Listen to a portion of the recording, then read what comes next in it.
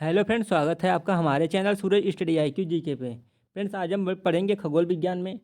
खगोल विज्ञान हम लोग क्या क्या पढ़ेंगे आज की मंदाकिनी के बारे में पूरी जानकारी आपको बताएंगे। तारामंडल और उससे संबंधित जो है जितनी भी दुग्ध मेखला उखला हैं सब जो है आपको इसी वीडियो में मिल जाएगा। तो बिना देर किए हुए हम वीडियो की स्टार्ट करते हैं। अगर आप भी हमारे चैनल पर नए हैं तो चैनल सब्सक्राइब कर दीजिएगा, वीडियो को लाइक कर दीजिएगा, बेल आइकन प्रेस कर दीजिएगा ताकि हमारी आने वाली वीडियो का नोटिफिकेशन आप तक पहुँचता रहे। चलिए हम वीडियो को स्टार्ट करते हैं और टॉपिक का नाम है आपका खगोल विज्ञान।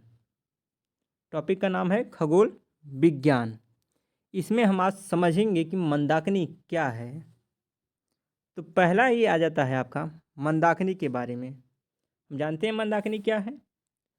हमारा अपना सूर्य जिस आकाश गंगा में है उसे ही मंदाकिनी कहते हैं। हम इसे मिल्की वे या दुग्ध मेखला भी कहते हैं। अब इसके बारे में आप समझिए। हमारा अपना सूर्य जिस आकाश गंगा में उसे हम मंदाकिनी कहते हैं, क्योंकि हमारे ब्रह्मांड में लगभग लगभग 100 अरब से ज़्यादा जो है आकाश गंगाएँ हैं। लेकिन हम जिस आकाश गंगा में रहते हैं और वहाँ का जो सबसे नज़दीकी सूर्य है वो जिस आकाश गंगा में उसे हम क्या कहते हैं, मंदाकिनी कहते हैं। हम इसे मिल्की वे या फिर दुग्ध मेखला भी कहते हैं। अब हम समझेंगे पॉइंट से कि जो है मंदाकिनी के बारे में कुछ महत्वपूर्ण तथ्य हैं। ठीक है, चलिए स्टार्ट करते हैं पॉइंट।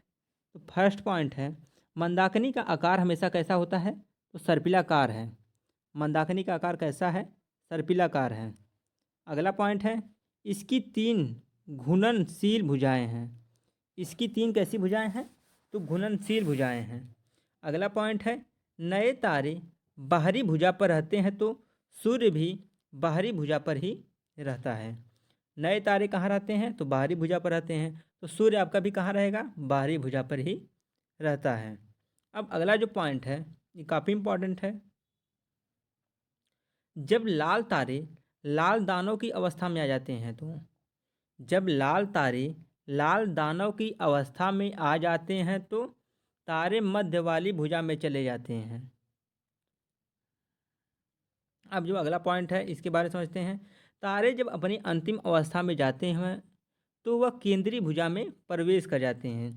तारे जब अपनी अंतिम अवस्था में जाते हैं तो वह केंद्रीय भुजा में प्रवेश कर जाते हैं। अगला पॉइंट क्या है, मंदाकिनी के केंद्रीय भाग को क्या कहते हैं, बल्ज कहते हैं। मंदाकिनी के केंद्रीय भाग को क्या कहते हैं, तो बल्ज कहते हैं। आगे देखते हैं अगला पॉइंट क्या है। अगले पॉइंट में बताया गया है बल्ज में ब्लैक होल पाए जाते हैं। ये ब्लैक होल श्वेत वामन तथा काला वामन को भी खींच लेते हैं, क्योंकि इसके पहले जो पढ़ा चुके हैं काला वामन श्वेत वामन के बारे में। अगर वीडियो नहीं देखी तो जाके वीडियो देख लीजिए। अतः तारों का अंत ब्लैक होल में ही जाकर होता है। अतः तारों का अंत कहाँ जाकर होता है, ब्लैक होल में। जो लाल दानव है वो धीरे धीरे किस में चला जाता है, ब्लैक होल में चला जाता है। वहीं जाकर वह नष्ट हो जाता है। और आज तक ब्लैक होल का रहस्य किसी भी साइंटिस्ट और किसी भी विज्ञान द्वारा पता नहीं किया जा सका है कि आखिर ब्लैक होल है क्या। अब चलते हैं अगले पॉइंट में। सूर्य अपनी मंदाकिनी का चक्कर एंटी क्लॉकवाइज लगाता है। सूर्य अपनी मंदाकिनी का चक्कर कैसे लगाता है, तो एंटी क्लॉकवाइज। सूर्य 250 किलोमीटर प्रति सेकंड की चाल से मंदाकिनी का चक्कर लगाता है। एक चक्कर पूरा करने में 25 करोड़ वर्ष लग जाते हैं। इस ब्रह्मांड इसे इसे ब्रह्मांड वर्ष भी कहा जाता है। इसे क्या कहते हैं, ब्रह्मांड वर्ष भी कहा जाता है। इसको एक बार फिर समझ लीजिएगा, ये इंपॉर्टेंट है काफ़ी। सूर्य अपनी मंदाकिनी का चक्कर एंटी क्लॉकवाइज लगाता है। सूर्य 250 किलोमीटर प्रति सेकंड की चाल से मंदाकिनी का चक्कर लगाता है, जबकि एक चक्कर पूरा करने में उसे कितना समय लगता है, तो 25 करोड़ वर्ष लग जाते हैं। इसे ही क्या कहते हैं, इसे ब्रह्मांड वर्ष भी कहा जाता है। अब अगला पॉइंट है सूर्य का सबसे करीबी तारा कौन सा है, तो प्रोक्सिमा सेंचुरी। सूर्य का सबसे करीबी तारा कौन सा है, तो प्रोक्सिमा सेंचुरी सूर्य का सबसे करीबी तारा है। ये पूछा जाता है एग्जाम में, सूर्य का सबसे करीबी तारा कौन सा है, तो प्रोक्सीमा सेंचुरी।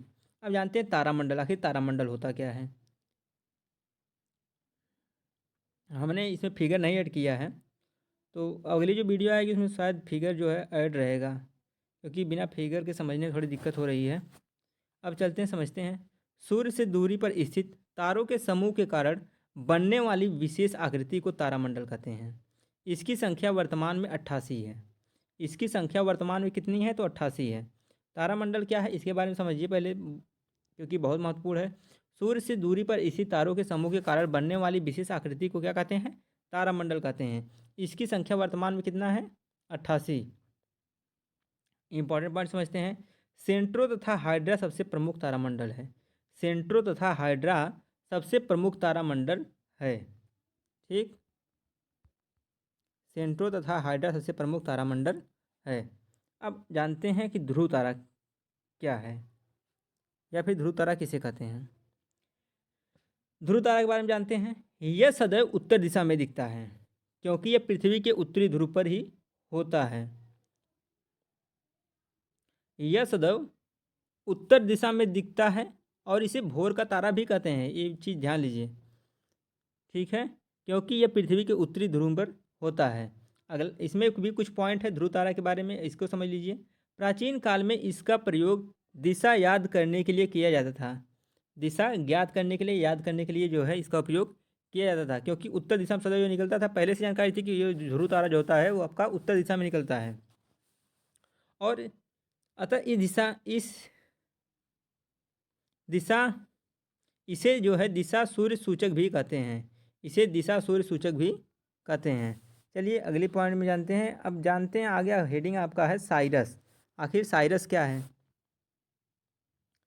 यह सबसे चमकीला तारा है। इसे ओशियन के मध्य में खोजा जाता है। इसे ओशियन के मध्य में खोजा जाता है। सबसे चमकीला तारा कौन सा है, तो साइरस है। अब हैटर तारामंडल क्या होता है। यह शिकारी की तरह दिखता है।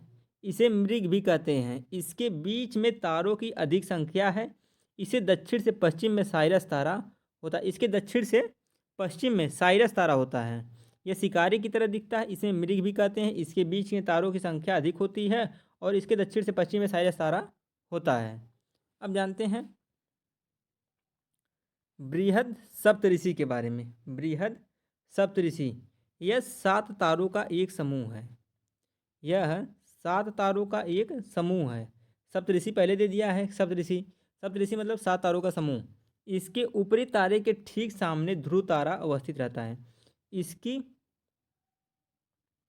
ऊपरी तारे मतलब ऊपर जो है तारे के ठीक सामने क्या रहता है, ध्रुव तारा अवस्थित रहता है।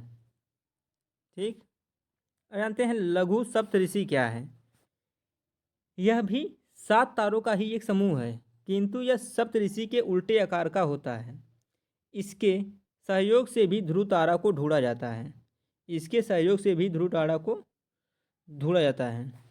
लघु सप्तऋषि से भी जो है ध्रुव तारा को ढूंढा जाता है। यह 7 तारों का एक समूह होता है, किंतु यह सप्तऋषि के उल्टे आकार का होता है। इसके सहयोग से भी ध्रुव तारा को क्या किया जाता है, ढूंढा जाता है।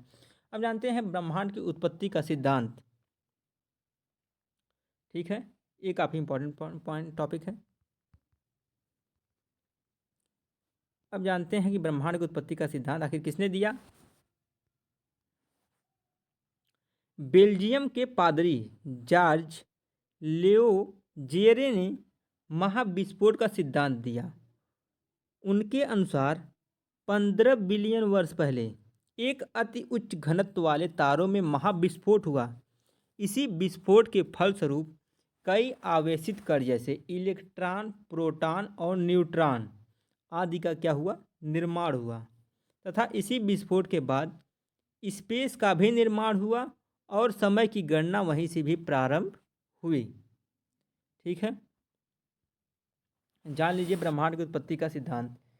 बेल्जियम के पादरी जॉर्ज लियोजेरे ने महाविस्फोट का सिद्धांत दिया। उनके अनुसार 15 बिलियन वर्ष पहले एक अति उच्च घनत्व वाले तारा में महाविस्फोट हुआ। इसी विस्फोट के फलस्वरूप कई आवेशित कण जैसे इलेक्ट्रॉन, प्रोटॉन, न्यूट्रॉन आदि का निर्माण हुआ तथा इसी विस्फोट के बाद स्पेस का भी निर्माण हुआ और समय की गणना प्रारंभ हुई।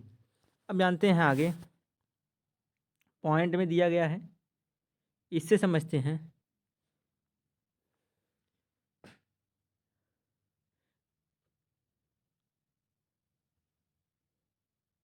कई तारे आपस में संकेंद्रित होकर तारों का निर्माण कर लिए।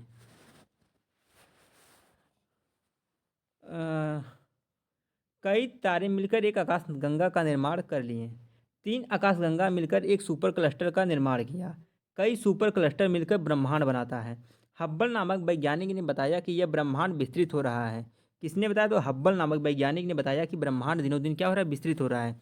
अंतरिक्ष में छोड़े गए हब्बस नामक दूरदर्शी से इस विस्तार का पता चलता है। अंतरिक्ष में छोड़े गए हब्बस नामक दूरदर्शी से इस विस्तार का पता चलता है। विद्वानों का मानना है कि ब्रह्मांड को विस्तृत करने में कोई शक्ति है जो इसे खींच रही है। अतः जब यह शक्ति समाप्त होगी तो ब्रह्मांड पुनः सिकुड़ना चालू हो जाएगा। तो किसने बताया? विद्वानों का मानना है कि ब्रह्मांड विस्तृत करने में कोई शक्ति है जो इसे खींच रही है। अतः यह जब शक्ति समाप्त हो जाएगी तो ब्रह्मांड पुनः जो है सिकुड़ना चालू हो जाएगा। और हब्बस नामक जो दूरदर्शी है, हब्बस नामक, उससे ही जो है ब्रह्मांड के विस्तार का पता चलता है। हब्बल नामक वैज्ञानिक ने बताया कि सर्वप्रथम कि ब्रह्मांड विस्तृत हो रहा है। ठीक है, इतना समझ लिए। अब आगे देखते हैं। ठीक है, बताया ना, सिकुड़ जाएगा। सिकुड़ कर पुनः अपनी प्रारंभिक अवस्था पर वापस चला जाएगा, तब इसे सुपर क्रंच कहा जाएगा। जब ब्रह्मांड अभी तो फैल रहा है, जब सिकुड़ जाएगा, जब सिकुड़ने के बाद उसे क्या नाम दिया जाएगा? सुपर क्रंच कहा जाएगा। सौर मंडल की उत्पत्ति का सिद्धांत। अब हम जानते हैं कि सौर मंडल की उत्पत्ति का सिद्धांत आखिर है क्या। सूर्य तथा उसके आसपास के क्षेत्र को सौर मंडल कहा जाता है। इसकी उत्पत्ति संबंधी कई सिद्धांत प्रचलित हैं। इसके बारे में जो वीडियो आएगी आपकी, वह जो है कल आएगी। कल हम लोग जानेंगे कि सौर मंडल की उत्पत्ति का सिद्धांत आखिर किसने प्रतिपादित किया और ये प्रकाश में कैसे आया और इसमें कौन कौन से सिद्धांत जो हैं। अगर आप भी हमारे चैनल पर नए हैं तो चैनल सब्सक्राइब कर दीजिएगा, वीडियो को लाइक कर दीजिएगा, बेल आइकन प्रेस कर दीजिएगा ताकि हमारी आने वाली वीडियो का नोटिफिकेशन आप तक पहुंचता रहे। मिलते हैं अगले वीडियो में।